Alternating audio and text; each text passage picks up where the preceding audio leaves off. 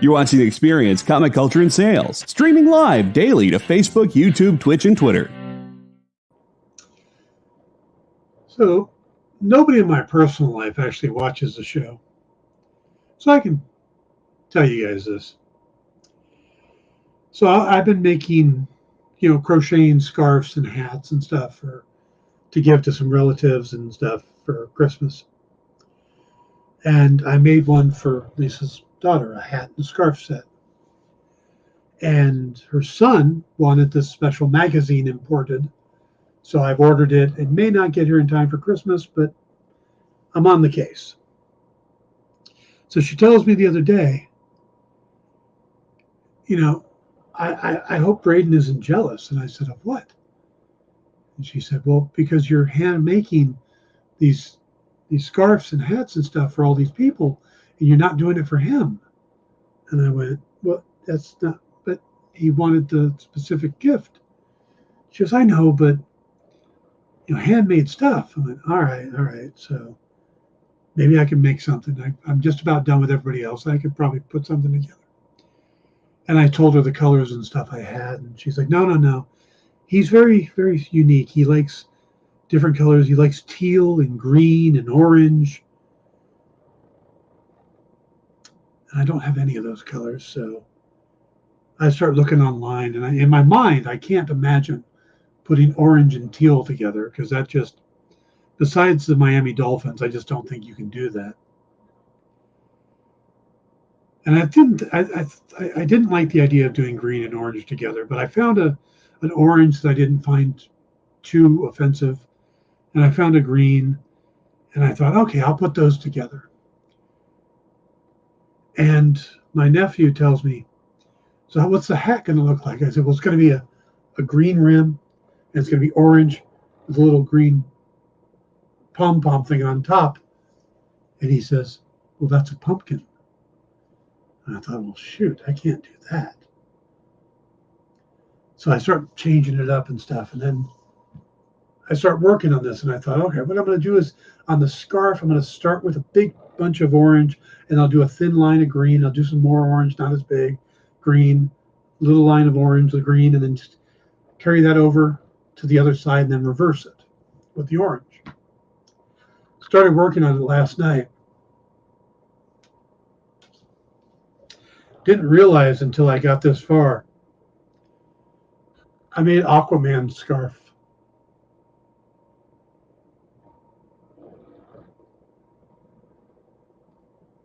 Stay tuned for the Dan Wickline Show.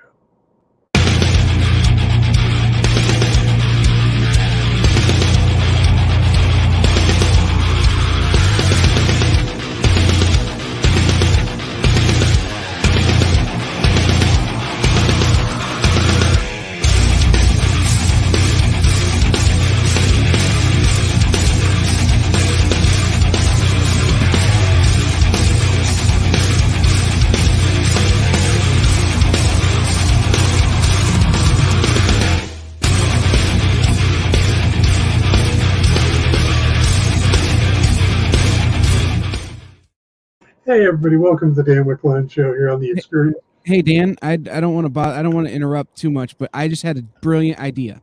What's that? Make your pumpkin hat that you're talking about, but then have like, you know how they roll around here? Have it roll down into like a full ski mask type thing. And you can make a Jack Pumpkinhead hat. So you could be like the guy from Sandman. 10 out of 10 will commission. We'll talk. So, hey Ed, how you? So I love the idea of putting the face into it. Ed, that's a great idea. I have to think about that. I'm probably going to reverse the colors because I don't know if he'd go for it, but it sounds like Kyle might wear it. So cool, good to see you. So I was going through my stuff today, and I found this thing. It was called a Marvel Comics trivia box with a bunch of these cards. I got like 3 stacks of these cards. So I thought maybe during the shows from now on, I'll occasionally ask you guys a trivia question. Now, it's no prizes. just for bragging rights. But whoever can answer the first in the comments, the answer to the question. Wait, Dan, did you decide if you're going to do a crochet show yet? I would seriously watch it. I am thinking about it. It'll probably be after the first year before I make a decision. But hey, Kenneth, how you doing? All right. So again, this is just for bragging rights, but we're going to ask a question. The first person to put the answer in the chat wins. You win nothing other than everybody's appreciation that you're genius. Here we go. The question is, true or false? During the Fear Itself storyline, a young woman named Alejandra becomes Ghost Rider. True or false? All right. So what are we going to do today? We're going to do two things today.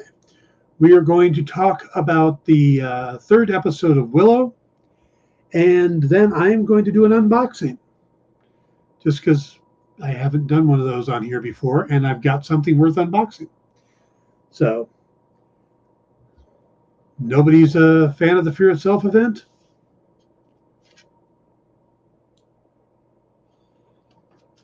Give you guys a few more minutes. You realize it's a true or false question. So you could guess. Got 50% chance you're going to get it. Jay says, let's just give it to Edward. Edward, you know he's going to win it. So, okay. So we're going to talk about the latest episode of Willow.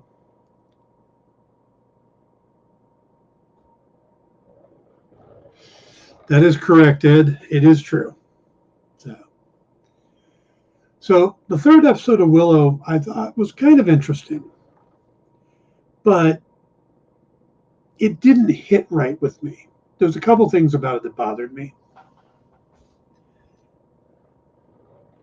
Triple B also says true. The things that bothered me about it, one is, having watched the original episode, the original movie, they had this great way of balancing silliness and seriousness. You know, there was some real stakes. People would really, could really die. But there was also some goofiness that they put in there as well, And they balanced it pretty well. This episode felt a little more silly and a little sillier than it needed to be. Because some serious things happened in this episode. Some very serious things happened in this episode. And it would have been nice if they would have toned the silliness down a little bit. I thought it was a little over the top on the silliness. The other thing that bothered me about the episode was the darkness. There's a fight scene that takes place near the end. And it's a big fight scene. There's lots of people in it. And it might have been a very good fight scene. I say might have because it was very hard to see. There was very little contrast. It was dark, but also very little contrast. Normally, if you're filming a dark scene, you put people in light colors, so at least they stand out a little bit. They do certain things. This just looked muddied to me. Like they wanted to keep the budget costs down. We don't have a lot of, we have a bunch of young people who probably aren't that good at fighters. So we're going to do it in a dark setting. So it's hard to tell that maybe they're not as good as we think they might be. And yeah, that kind of took away from the story. I was a little disappointed by that. That said, there were some things that were really good. Ed says, I'm glad you mentioned that. I thought it was just me because I was tired when I was watching it. Yeah, no, it was very dark.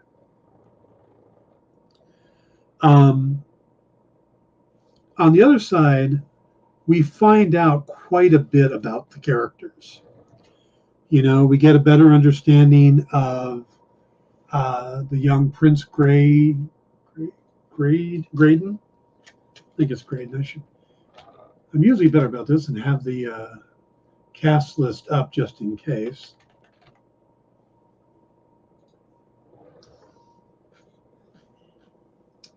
Yeah, Graydon Haster. We find a little bit more about him, and we see that there's some bonds going on. Maybe something's going on between him and Alora.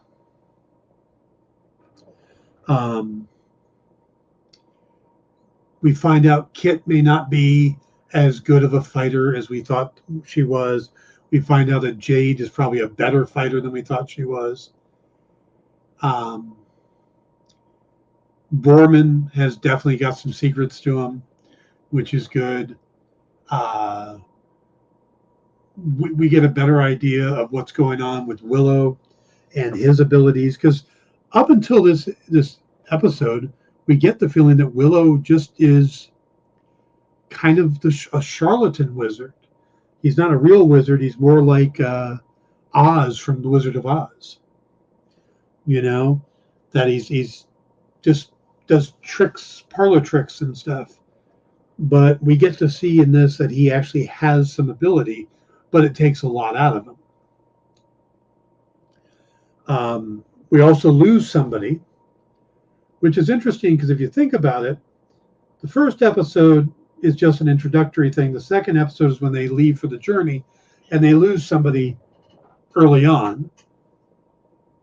Then they pick up 2 people, well, 3 people technically, because Alora joins them, and then Willow and Silas join them, and then they lose somebody else in episode 3.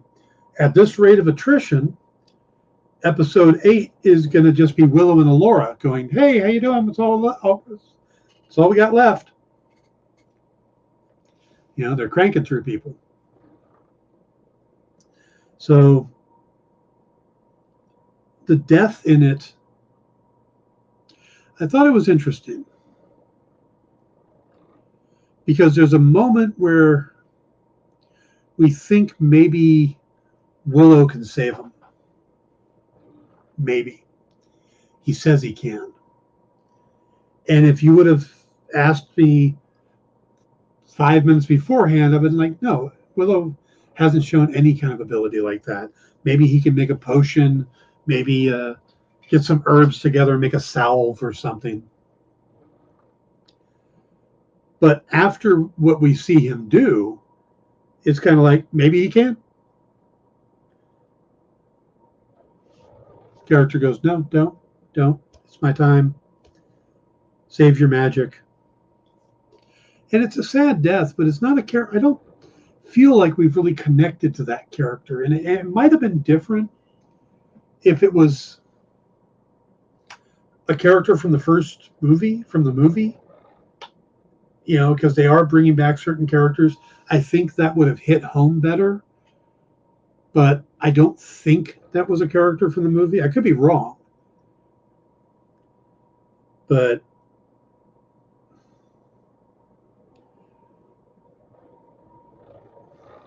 there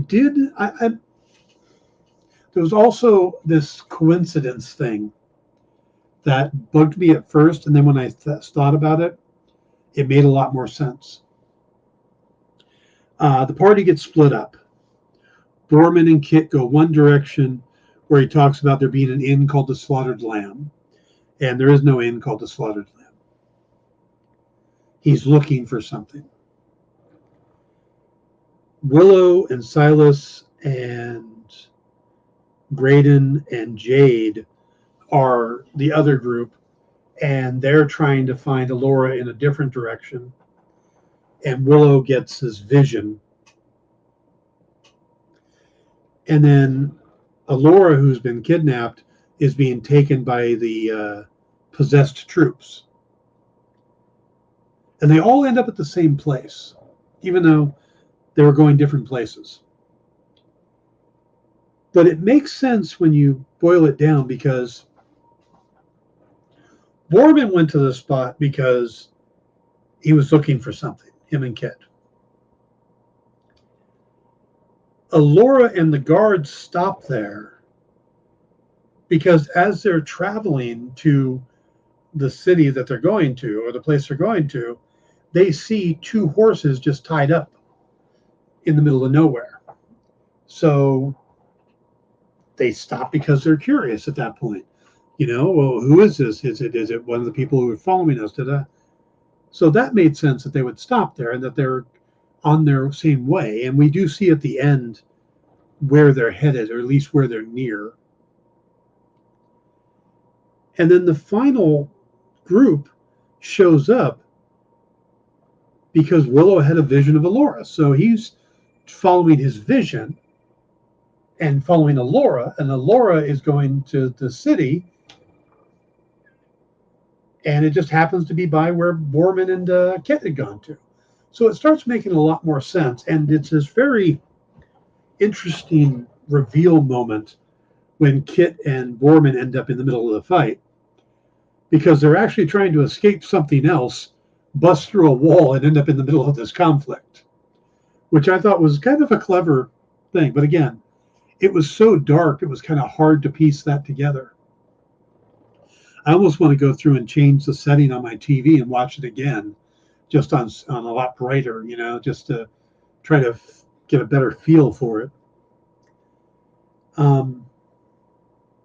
We do have the big reveal at the end, which is, I don't remember the name of the city, but I'm pretty sure it's where the evil queen from the movie was.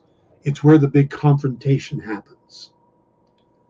And that's why Willow is like, I know exactly where we are, and says the name of the city.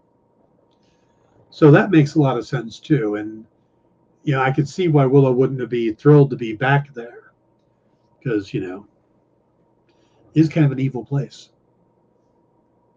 So until this, I kind of thought where Sorsha had set up her camp, or her castle and stuff, I thought that was the same place. But from what I understand, no, that's a different place. This is where Balmorva? The names on these things are always crazy. Where she was confronted and died. So,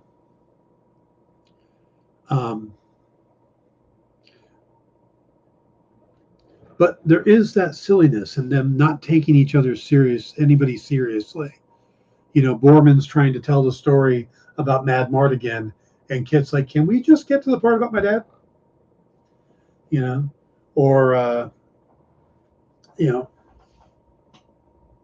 Kit and Jade have kind of a falling out because Kit finds out that Jade has been kind of going easy on her.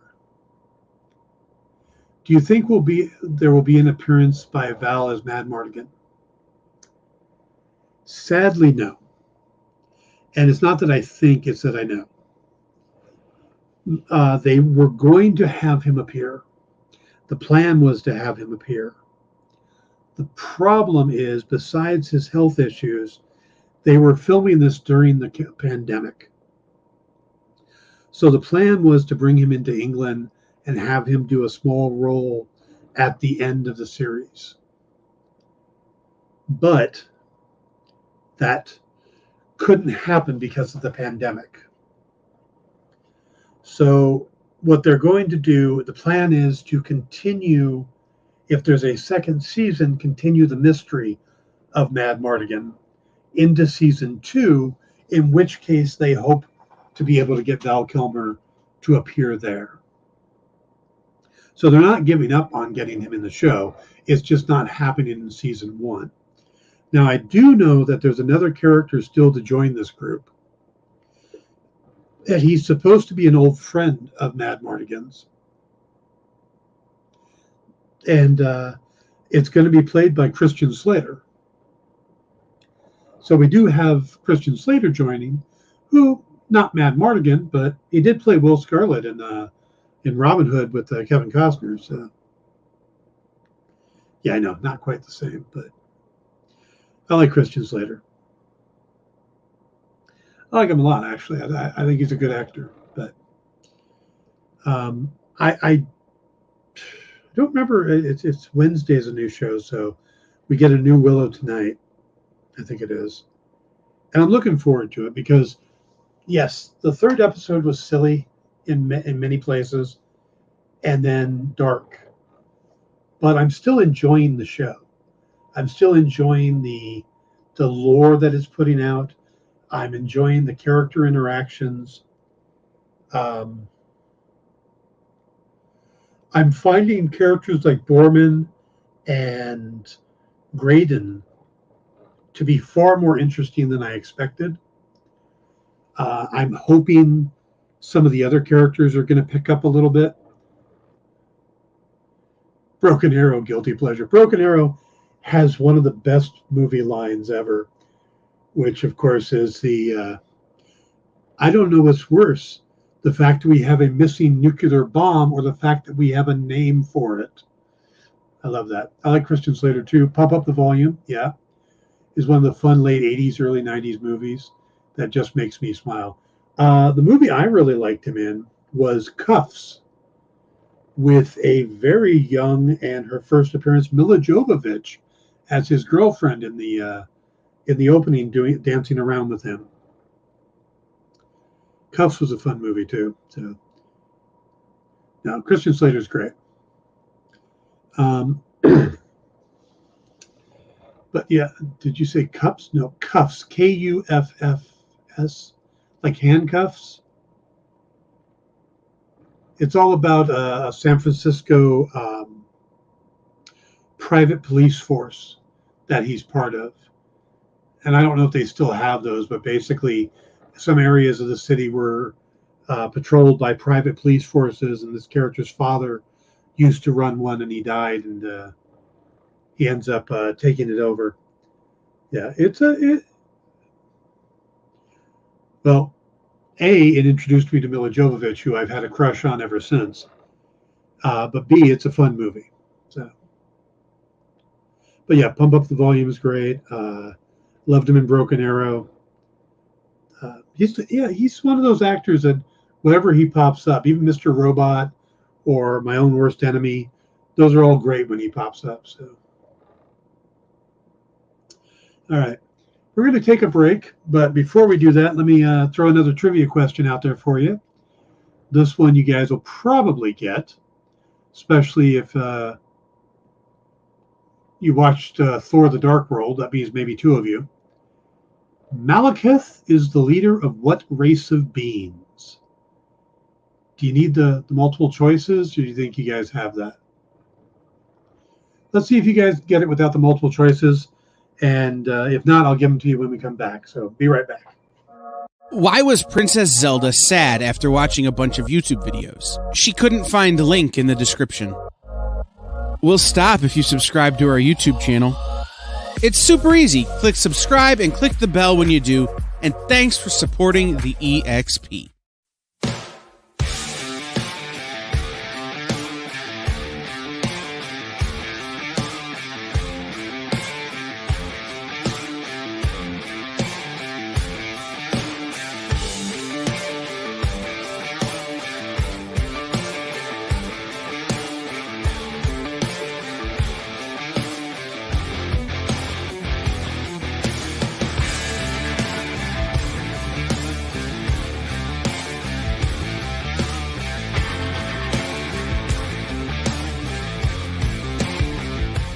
Who would win, Batman or Superman?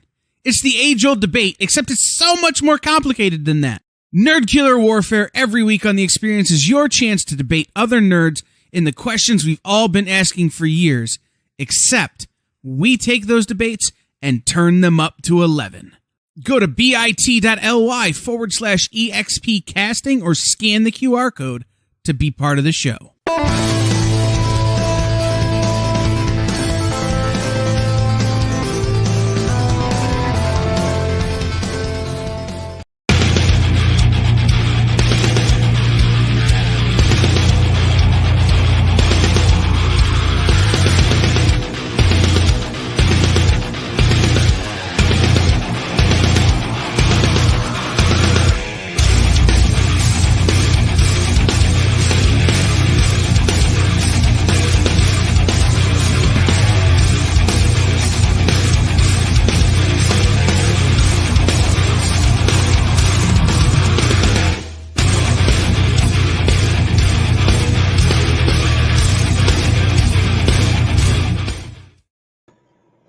All right, guys, welcome back to the Dan Wickline Show here on The Experience. We got quite a lineup today.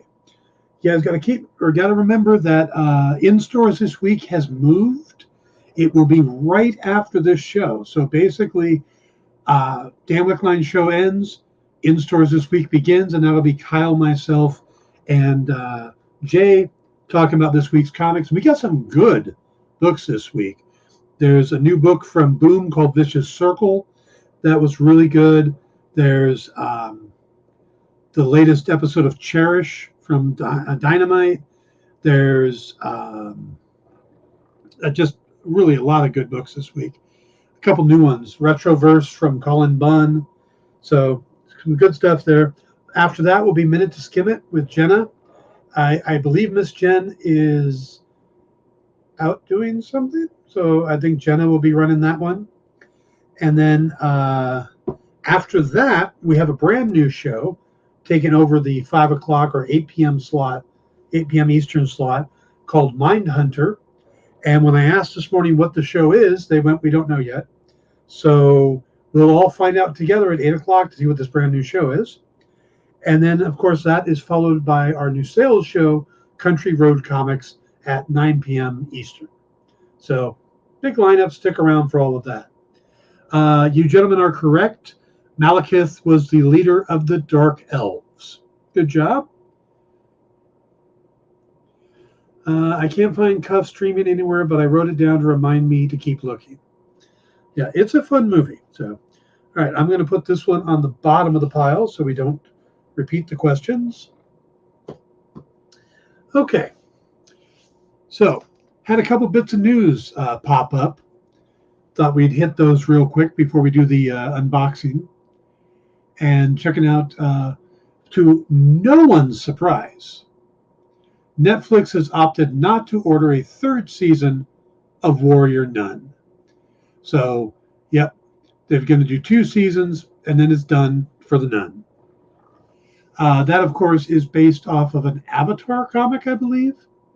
Avatar Press comic. Yeah. And it was produced by Stephen Haggis and David Hayter.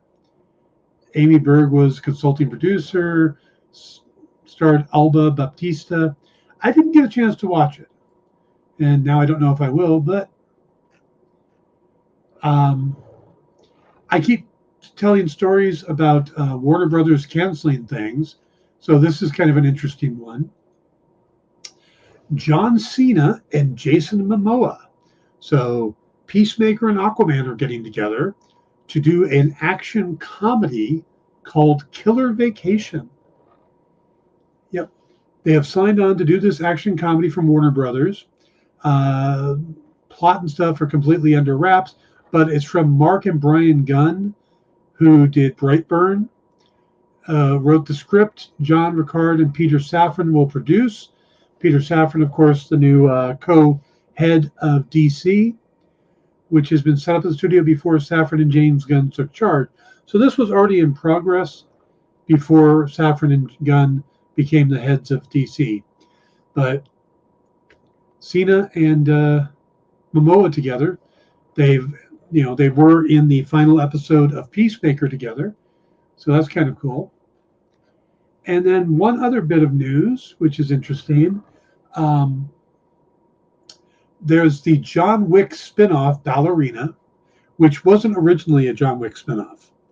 It was originally just a standalone script that was part of the Blacklist, I believe. And it got picked up to be a spinoff of John Wick or to tie into the John Wick universe. It's starring Ana de Armas from Blade Runner 2039 and Knives Out and Blonde and a ton of other things. She's going to star in this. Well, Norman Reedus from The Walking Dead has just signed on board. So I'm not sure the role he's going to play, but that should be pretty interesting. Already in the cast is Angelica Houston, Ian McShane, and Lance Riddick. McShane and Riddick, of course, carrying over their roles from the John Wick movies. So that's some news that has popped up. Let's see. Jay says, I heard the Nevers got canceled on HBO Max. Laura Donnelly was leading that. Not only did the Nevers get canceled, but both the Nevers and Westworld are being pulled from the channel. So if you haven't finished it or haven't watched them, you want to do it quick, because it looks like they're going to be moving to another streaming service at some point, which means that the Nevers might get a second life at another place. Also canceled was the Minx, which they had ordered a second season. It had already been filmed, and then they pulled the plug on it. So it's being shopped around to another location as well. So yeah, Warner Brothers Discovery is doing a lot of cost-cutting things. So a lot of write-offs, and I think we're seeing a lot of it right now because it's the end of the year and they're just trying to clear things up. So, all right, shall we do an unboxing? I don't know how this is going to work, but Ed says, I was really bummed to hear Amazon passed on season 2 of Paper Girls. I really like that. I did hear they're shopping the show around, so hopefully someone picks it up. Yeah, that's kind of an interesting thing we've got now, that when a show gets canceled, it's not really dead yet. You know, there's always that chance to move it around. But I don't know if the numbers were strong enough for interest from another show. See, that's the thing, is that when it's a network show that's been on for a season or two and the numbers are decent but they don't renew it, then it makes, especially if it's like 3 seasons in, because that means it was good enough to be renewed twice, and your network numbers are usually better than your streaming numbers. So when Netflix can come in and save Lucifer, it's doing so because it knows there's a built-in audience. Something like Paper Girls, which appeared on Amazon, doesn't really have that built-in audience. So, okay, you're going to make me bigger for the unboxing. Okay, what I have is, I got to tell you, first off, I was a little disappointed. But it's my own mistake. I was disappointed. 3-0 offered up a figure of the character Bloodshot from Valiant. And I'm a huge Valiant fan. That's one of the companies that I would, kill to write for. That I'd love to write on some of their characters. So when this came out, I thought, I'm going to order this. And for some reason in my mind, I thought it's a 6-scale figure. It's like those guys. I was wrong. I read it wrong. It's a 12th scale figure. So it's more of a standard figure size. But it's got accessories and stuff like one of those 6-scale figures. But when this box showed up, I'm like, that's not a 6-scale figure. So I did open it enough to pull the box out. And I thought, nope, I'll save the rest of this for the show. So, but yeah, I was like, nope, that's not that big at all. All right. So, Bloodshot. Bum bum. Let's see, tape.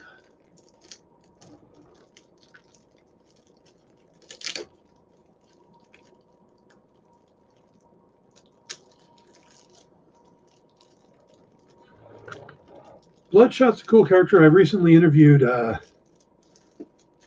Kevin Van Hook, who's one of the co-creators of the character. Also, the current series has been great, but I'm not sure what's going on with Valiant. There's been some talk of them missing payments to creators. Their books don't seem to be coming out that quickly anymore. It's like it's been a long time since we've seen an issue of the Shadow War, which we were reading for the in stores. Bloodshot still seems to be coming out, but again, that's another one that should be coming out a little quicker than that. All right, so this is the box. You can see it's got holograph stuff on it. made in China. I watched the notifications as it was clearing customs. So I do like the fact that the artwork on the box is the actual figure and not a drawing. Because they can make a drawing look badass. But when you can actually take shots of the figure and put it on there, that's just shows you got a pretty cool looking figure. All right. What else we got? Oh, books. It's a nice box. I like the boxes that you can put back together too. I don't like bubble, or what is that called when it's blister packs. I don't like blister packs. Because I like to be able to put these things away and store them and stuff. But all right. So let's take a look inside the little bag here.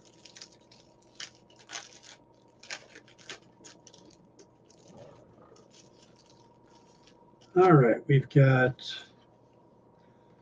product list. Shows the figure, his t-shirt, harness. He's got his sword and scabbard, a semi-automatic rifle, a submachine gun, and a pistol. And he's got the basic hands. He's got the open hands. He's got a pair of fists, then gripped hands, and then a pair of firearm hands. It's just got the finger out. So, all right, so that's the one piece of paper. The second piece of paper here is a warranty sheet. So I guess if it breaks or something, you can, yeah, you're supposed to please upload image of filled out warranty sheet. Okay, that's pretty cool. Didn't know you can get a warranty on your figures, but I'm curious what this last thing in here is.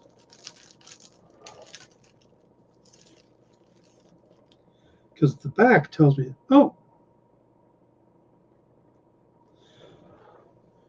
it's a little tiny comic. Bloodshot #1. It's about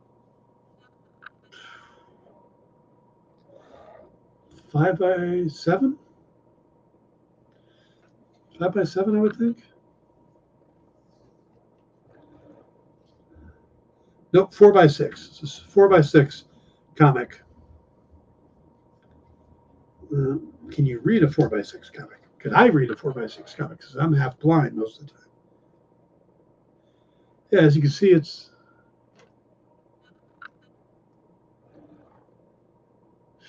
three feet tall because Dan's a mountain of a man. There you go.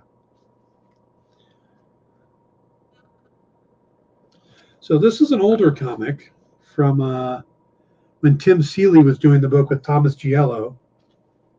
So it's the #1 from their run. Colors by Diego Rodriguez. This is the NFT gift. Sorry, I forgot to turn my speaker or phone to silent. Yes. Oh yeah, there's a backup story in it too. Very cool. But I think the back cover may be the most interesting thing because it's definitely not the back cover when the comic was put out. It tells us likely who the next figure is going to be. That pretty much looks like Ninjak to me. Even says Ninjak. 3-0. So guess I'm buying another one of these. All right. Here we have the actual packaging. As you can see, we got all the hands, the t-shirt, figure, and weapons. Yeah, that looks pretty. Okay.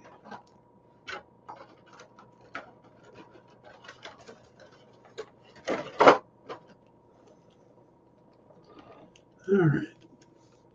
Well, I'm glad they didn't force the character or try to strap him down or anything in the when they put in the ties and wraps and stuff. Cinematic music plays. Cool. All right, here's the figure. As you can see, it's got lots of points of articulation. The double jointed elbows, so you can get real good movement. Hands seem a little large for the scale. Maybe it's just the open hands, but is that just me, or does that seem a little large? Pretty good paint job, though. Actually, a very good paint job. Neck is got some good articulation points to it. It's a pretty detailed figure. The muscle work is really good. Look at the muscles in the back.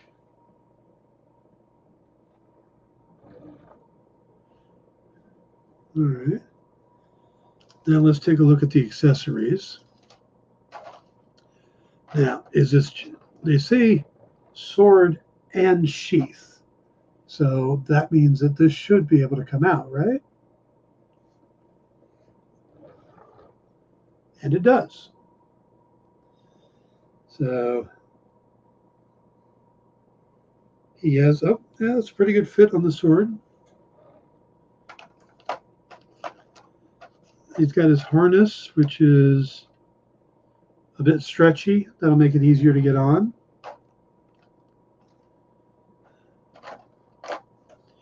Oh, nice thing is that they don't have the plastic over things that hold everything in place. So you're not having to fight and pop things out. And so you've got your automatic rifle.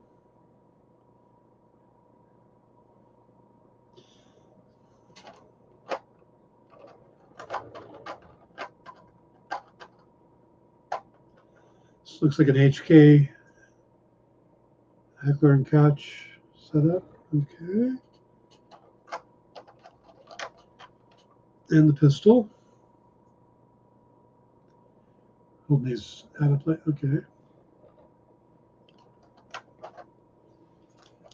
You've got the little shirt here, comes in a bag. Got the little red dot on there. Now, I'm not sure how hard or how easy that's going to be to put on them.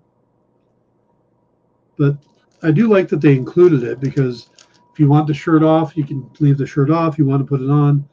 And when you have a character who's this newer way they do, wow, that's actually pretty good mobility. But it looks funny to me when they've got the cut mark between the abs.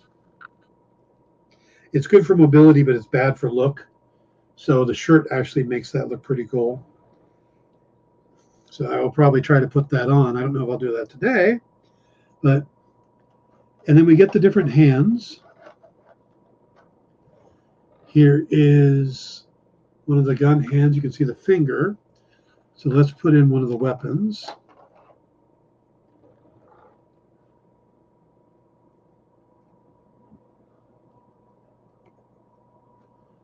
Okay, that's going in pretty easily. Fits on there nicely. Got the finger in the trigger. Finger on the trigger. Now, how easily are the hands to swap? Okay, that came off nice.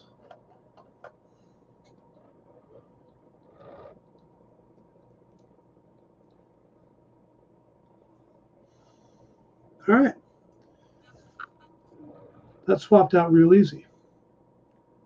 Now, one downside, though, is the open hands are pretty big, so they don't fit in any of the existing plastic slots.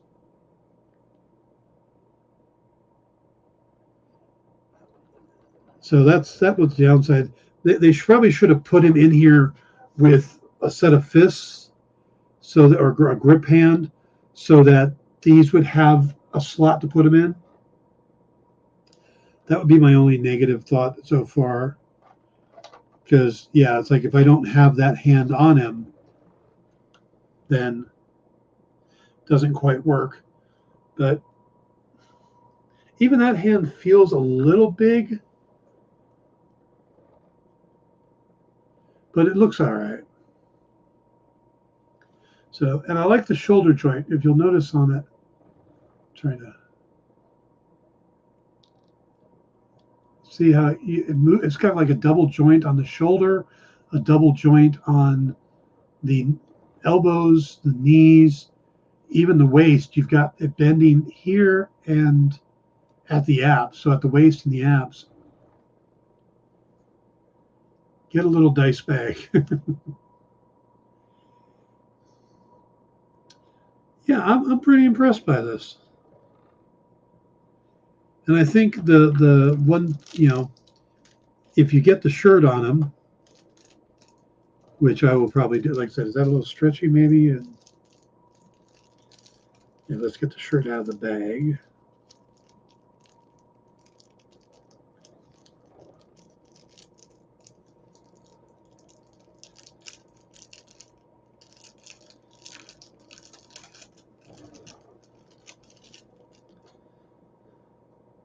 Oh yeah, the shirt has a nice stretch to it, which will make it a lot easier to put on him.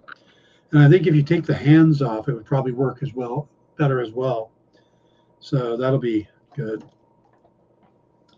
Do I still have it up here? If I can find it real quick while we're talking.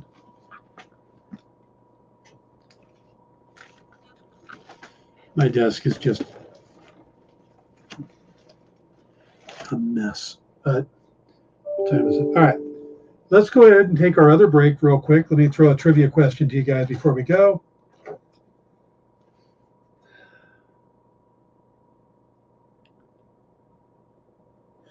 What member of the Guardians of the Galaxy serves as the guardian of the Keystone Quadrant?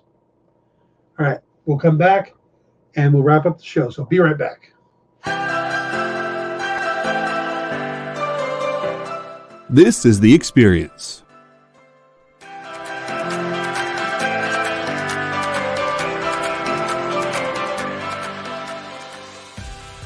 Good afternoon, everybody. Hey there. Hi there. Hello there. You're as welcome as can be. Hi, I'm Nancy McCann. Welcome to Friday Night Live on The Experience. Welcome, everybody. It's Fat Jack's Comic Crypt. Brendan, Al, Jason, hanging out.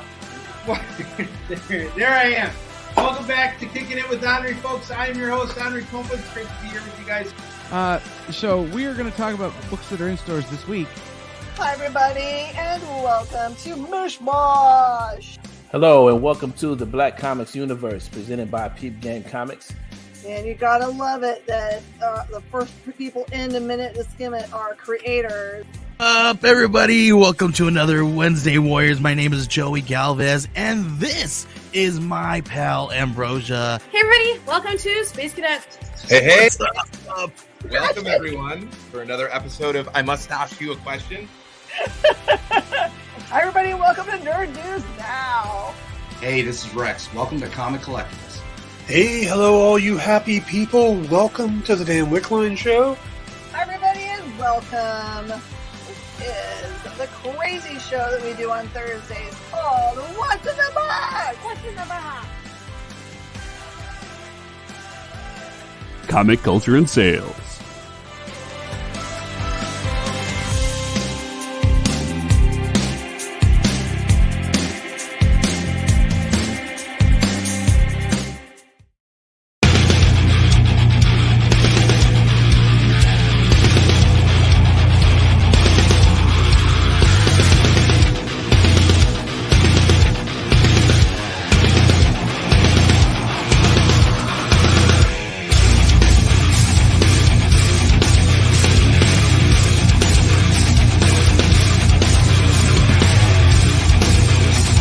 To run something, Jay?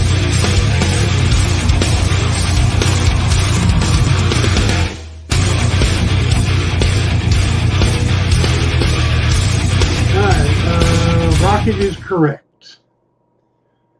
Yes, Rocket is correct. I was looking, I had the McFarlane Bloodshot figure around here somewhere, and that's what I was looking for because I wanted to do a comparison between the two figures.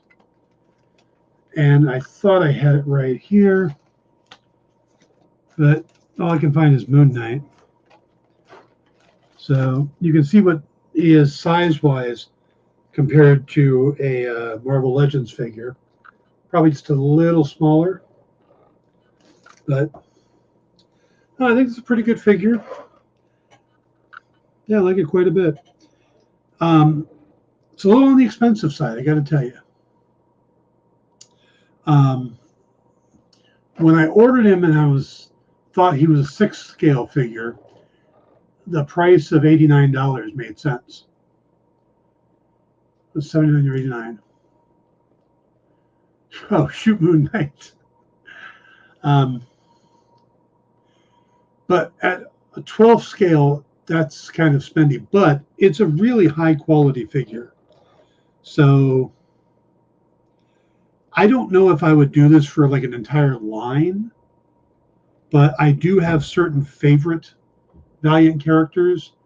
So Bloodshot, Exo, Ninjak, of course. I would definitely do it for those, and maybe even Eternal Warrior. I don't think I would get it for Geomancer or Archer or Armstrong or something like that, because while I like those characters, they're not quite as high up on my list. So, but it's a pretty good character. They're a pretty good figure. It's very posable. Again, I just think for the price, it probably should have been a little higher or bigger. So Ed says, do they even make figures that you can buy for kids these days? Not that I'm aware of. I mean, they're ridiculous. I mean, the closest you can get is I got this at the dollar store.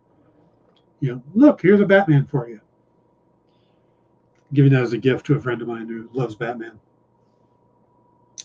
But no, I think it's a pretty cool figure. I like it quite a bit. I haven't seen anything else from 3.0. This is the first I've dealt with them.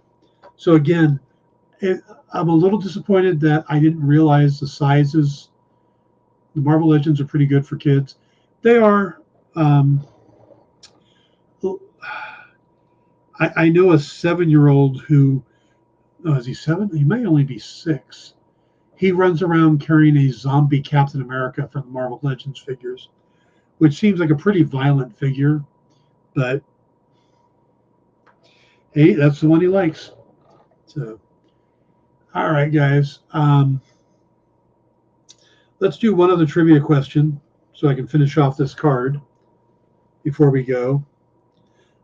This is a comic reader question, not a movie question. Lonnie Thomas Lincoln, an albino hitman with teeth filed down to points, is known by what name? I almost sounded like Casey Kasem at the end there. Hey, Richard Werpenstein and Jeff, good to see you guys. Ed says, I can remember my parents would only give me one Star Wars figure a month because they were expensive, and it was only like $1.75 per figure. Yes, I remember that. Nope, it's not Great White. It is a multiple choice question, but I wanted to give a chance for anybody who could get it. So I'll reread the question and give the multiple choice. Lonnie Thompson Lincoln, an albino hitman with teeth filed down to a point, or down to points, is known by what name? Jeff got it right. It is Tombstone, who appears in Spider-Man Into the Spider-Verse, and we just got the trailer for Across the Spider-Verse dropped this morning. So if you haven't seen that yet, you guys head out to YouTube and check it out, but not right now. Because as soon as we wrap up here, we're going to start in stores this week. Jay says, Kyle knows the answer, wants to give others time. So, yeah, it was Tombstone, who looks a little bit like this, just with a flat top, a white flat top instead of black. By the way, the biggest difference between this figure and the McFarlane one is McFarlane one looks like Vin Diesel. This one looks like Bloodshot. Who was the writer who created Tombstone? Let's see. The artist on the book at the time was, I believe, Ron Frenz. So it's probably Tom DeFalco. Incorrect. Okay. But it's the right era, right? Oh.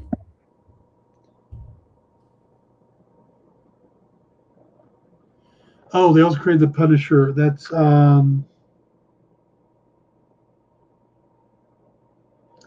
shoot, so many names are flying through my Jeff head. Wedding got the artist right.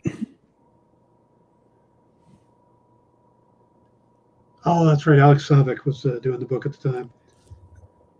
Ed gets it. It was Jerry Conway. Okay. When I got to meet Jerry, everybody was having him sign First Punishers. And I'm like, can you sign my first Tombstone? Thank you.